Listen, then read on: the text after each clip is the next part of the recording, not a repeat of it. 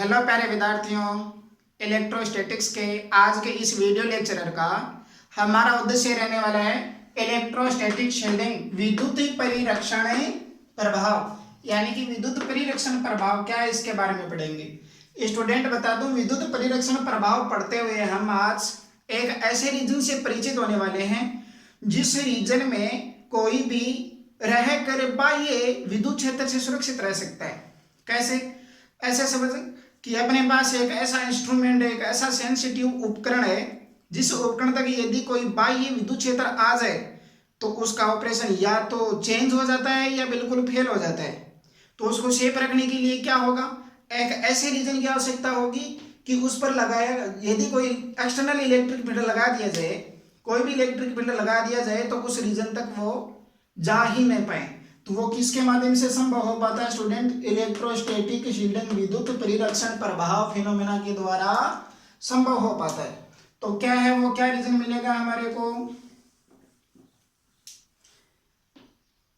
वो रीजन मिलेगा, देख स्टूडेंट, मैं मानता हूं कि मेरे पास ये एक्सटर्नल इलेक्ट्रिक फील्ड या जो इलेक्ट्रिक फील्ड है, लाइनें हैं, इनको जो मैं बोर्ड पर ड्रॉ कर रहा हूं, ये विद्युत क्षेत्र है और मेरे पास एक सिस्टम है।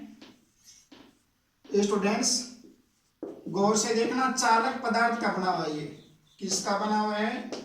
कंडक्टर मटेरियल है ये, कोई भी चालक पदार्थ का, फॉर एग्जांपल स्पेयर या कोई शीट, कुछ भी मान सकते हैं। जैसे ही इस चालक पदार्थ के सिस्टम को इसके अंदर रखा जाए या इसको भी इस पर आरोपित कर सकते हैं, एक ही बात है। तो क्या होगा, ऐसे मैंने इसके अंदर पुट कर दिया है, तो पुट करने पर होगा क्या कि ये जो फील्ड लाइनें हैं इसके अंदर प्रवेश करने वाली ही थी, लेकिन ये इसके अंदर प्रवेश नहीं कर पाते स्टूडेंट। इसके पीछे का कॉन्सेप्ट बाद में देखेंगे। ये फील्ड लाइनें कुछ इस तरीके से होकर जा रही होंगी, समझने के लिए ऐसा समझ सकते हैं, लेकिन इसके अंदर एंट्री नहीं कर पाती है। किसके अंदर? चालक पदार्थ के अंदर, कंडक्टर मटेरियल के अंदर प्रवेश नहीं कर पाती हैं। और अंदर का इलेक्ट्रिक फील्ड क्या रहता है? जीरो रहता है। यानी कि वो रीजन जिसे हम परिचित होने वाले थे वो क्या होता है? चालक पदार्थ के अंदर का रीजन होता है। चालक जो कंडक्टर सिस्टम होता है उसका अंदर का जो रीजन है, उस रीजन तक बाहर से लगाया हुआ विद्युत क्षेत्र नहीं पहुंच पाता है।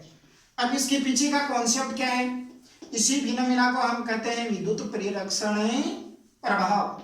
अब इसके पीछे का कॉन्सेप्ट क्या है, ये कॉन्सेप्ट समझने के लिए देख, पहले इलेक्ट्रिक फील्ड लाइनें हैं वो कहां से स्टार्ट होती हैं भाई?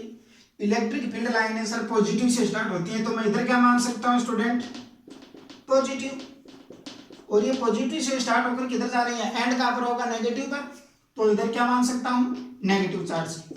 इट्स ओके, समझ में आया? अभी जो चालक पदार्थ है इसमें है क्या इसके अंदर, वो देख।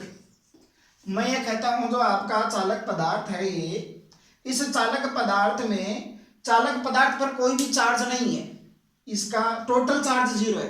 तो स्टूडेंट ये ध्यान रखना है कि टोटल चार्ज जीरो हो सकता है, उसमें कभी ऐसा नहीं हो सकता कि इसमें कोई चार्ज है नहीं। टोटल चार्ज, बहुत अच्छी बात है, ये ध्यान में रखना है कि टोटल चार्ज जीरो हो सकता है किसी भी पदार्थ का। ऐसा नहीं है कि वहां पर चार्ज है नहीं। टोटल चार्ज जीरो होने का मतलब जितना प्लस है जितना ही क्या है, माइनस। दोबारा सुने कि कभी भी ऐसा पदार्थ किसी भी टेक्निक द्वारा बनाना असंभव है कि वो सिस्टम है जिसमें कोई चार्ज उस पदार्थ पर है ही नहीं। बल्कि ऐसा कर सकते हैं, जितना पॉजिटिव है उतना ही नेगेटिव ला दें तो टोटल क्या हो जाएगा? जीरो, उदासीन हो जाएगा ना। अब देख, इस चालक पदार्थ के अंदर ये चार्ज है जो मैं रख रहा हूं ना, इसके अंदर plus minus plus minus plus minus पूरे में वितरित है। अब जैसे ही इसके अंदर रखते हैं क्या होगा? ये वाला जो पॉजिटिव चार्ज है इसके अंदर से नेगेटिव चार्ज को ढूंढ ढूंढ कर अपनी तरफ अट्रैक्ट करिएगा, यानी कि सारा नेगेटिव चार्ज इस साइड में चला जाएगा। ये सारा का सारा नेगेटिव चार्ज इस डायरेक्शन में शिफ्ट हो जाता है। पॉजिटिव चार्ज को कौन अट्रैक्ट करेगा भाई? ये नेगेटिव। तो पॉजिटिव चार्ज है वो सारा का सारा इस साइड में शिफ्ट हो जाएगा। अब देख, जो अंदर का रीजन है इस अंदर के रीजन में इलेक्ट्रिक फील्ड शून्य रहता है। कैसे समझेगा? इसके अंदर के रीजन में देख, ये जो पॉजिटिव चार्ज है, इस पॉजिटिव चार्ज से नेगेटिव की ओर बल रेखाएं चल सकती है ना, यानी कि और बल रेखाएं चलना स्टार्ट हो जाएंगी, एक नया विद्युत क्षेत्र बन जाएगा। बिल्कुल बन जाएगा सर। यानी कि मैं इसको नाम दे दूं, ये अंदर का ये खुद के चार्ज के कारण है इलेक्ट्रिक फील्ड प्रोड्यूस हुआ है, और ये बाह्य इलेक्ट्रिक फील्ड है। अभी जो अंदर का रीजन है, इसके अंदर के रीजन में हो क्या रहा है, इस तरीके से एक्सटर्नल फील्ड है, इस डायरेक्शन में ए आउट, और इतने ही मैग्नीट्यूड का अंदर के चार्ज के कारण, बराबर मैग्नीट्यूड का अंदर के चार्ज के कारण इलेक्ट्रिक फील्ड और प्रोड्यूस हो जाता है। तो स्टूडेंट को भी बता कि इसके अंदर टोटल चार्ज कितना रहेगा, टोटल चार्ज नहीं सॉरी टोटल इलेक्ट्रिक फील्ड कितना हो जाएगा, जीरो कैंसिल हो जाएंगे ना दोनों। यानी कि कुल मिलाकर बात यह है कि इसके अंदर का जो इलेक्ट्रिक फील्ड है, वो electric field, total electric field कितना रहेगा, शून्य रहेगा। और यही जो फिनोमिना है, ये फिनोमिना कहलाती है इलेक्ट्रोस्टैटिक शील्डिंग, विद्युत परिरक्षण प्रभाव। एनसीईआरटी में इसी के आधार पर एक क्वेश्चन भी पूछा जाता है कि बारिश के मौसम में आप अपनी कार में रहना पसंद करेंगे आकाशीय बिजली से बचने के लिए, या किसी पेड़ के नीचे रुकना पसंद करेंगे। तो बिजली गिरने का डर है, इसका मतलब हम मान सकते हैं कि हमारे पर कोई भी विद्युत क्षेत्र आरोपित होने वाला है। अब हमारे को सेफ रहना है ना, तो कोई भी हमारे को धातु का खोल वगैरह चाहिए, यानी कि ऐसे मान सकते हैं कि कोई धातु का स्पेयर है या धातु का बड़ा सा खोल है, तो उस खोल के अंदर ये विद्युत क्षेत्र नहीं जा पाएगा।